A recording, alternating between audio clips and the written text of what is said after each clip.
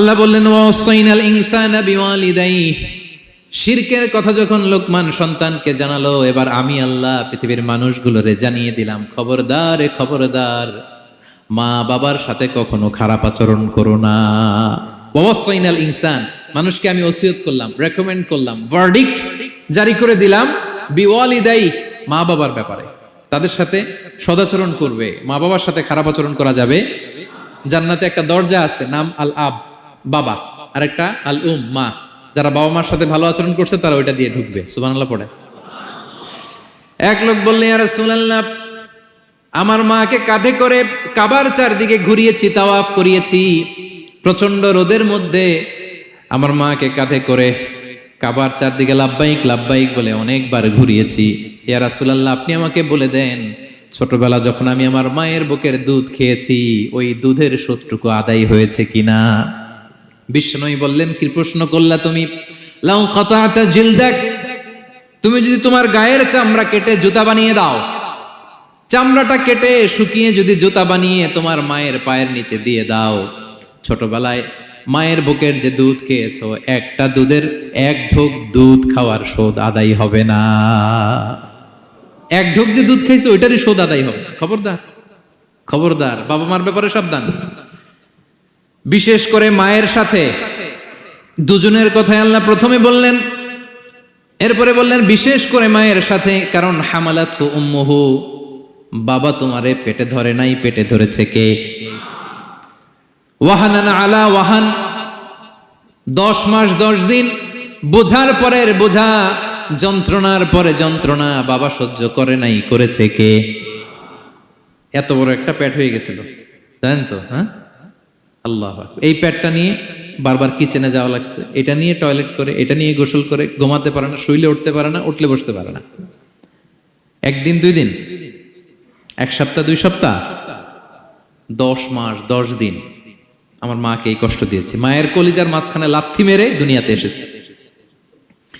এরপরে আল্লাহ বললেন, ওয়া ফিসালুহু ফি আমাইন, এখানেই শেষ নয়, দুধ ছাড়াতে লেগেছে 2 বছর।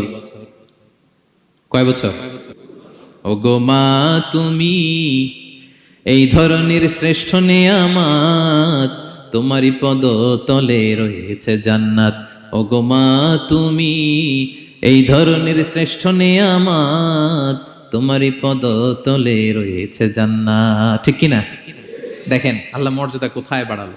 আমাদের দুনিয়ার পুরুষ মানুষদের পায়ের নিচে থাকে জুতা, জুতার নিচে বালু, কার্পেট কিংবা ফ্লোর।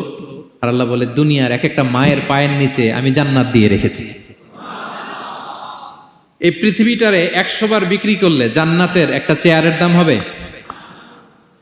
বুঝে শুনে উত্তর দিবেন। এই পৃথিবীটাকে, পৃথিবীর যে সম্পদ, এটা এস্টিমেশন করে, হ্যাঁ, 1000 বার বিক্রি করলে যে দামটা হবে, ওই দাম দিয়ে জান্নাতের একটা চেয়ারের দাম হবে? এই পৃথিবীরে 10,000 কোটি বার বিক্রি করলে যেই অ্যাসেট হবে, যে অ্যামাউন্ট হবে, ভ্যালিউ হবে, ওই দাম দিয়ে জান্নাতের একটা টেবিলের দাম হবে? আর যেই জান্নাত, পুরো জান্নাতটা মায়ের পায়ের নিচে পড়ে আছে, ওই পা দুইটার দাম কত? সুবহানাল্লাহ পড়বেন না? মা বাবার দোয়া অনেক বড় দোয়া। কখনো যেন আমরা বেয়াদবি না করি, কখনো যেন তাদের মনে কষ্ট না দেই, সবসময় যেন তাদের কাছ থেকে দোয়া নেই। পারা যাবে? এটা আল্লাহ তাআলা ঢুকিয়ে দিলেন।